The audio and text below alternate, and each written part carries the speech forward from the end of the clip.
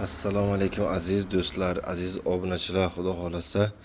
Xo'p, sizlarga oddiy narsa bilan, oddiy bir suyuqlik bilan deylik, insult, infarkt va trombofilibit varikozlar oldini olib hamda davolash eng tekin, eng arzon yo'l bilan xudo xolasa sizlarga taklif beraman. Mana shu narsadan iste'mol qiling. Ham shuvang qayerda varikoz bo'lsa, qayerda aytaylik og'riqlar bo'lsa, bo'g'imlardagi og'riqlar bo'lsa, mana shu narsani shuvaysiz kechqurunga. Xo'p, kun davomida 4-5 mahalgacha shuvash mumkin, ruxsat beriladi. O'zini esa 1 choy qoshiqdan 2 mahal iste'mol qilasiz.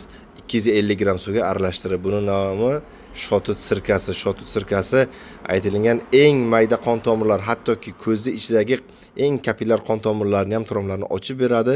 Undan tashqari miyada qon aylanishi yaxshilab, davleniyani me'yorga tushirib, qonni ham ko'paytirib beradi va organizmdagi lishni toksinlardan xalos qiladi. Va payg'ambarimiz sallallohu alayhi vasallam aytganlarki, kimni uyida sirka bo'lsa, u uyda farishta bor deganlar.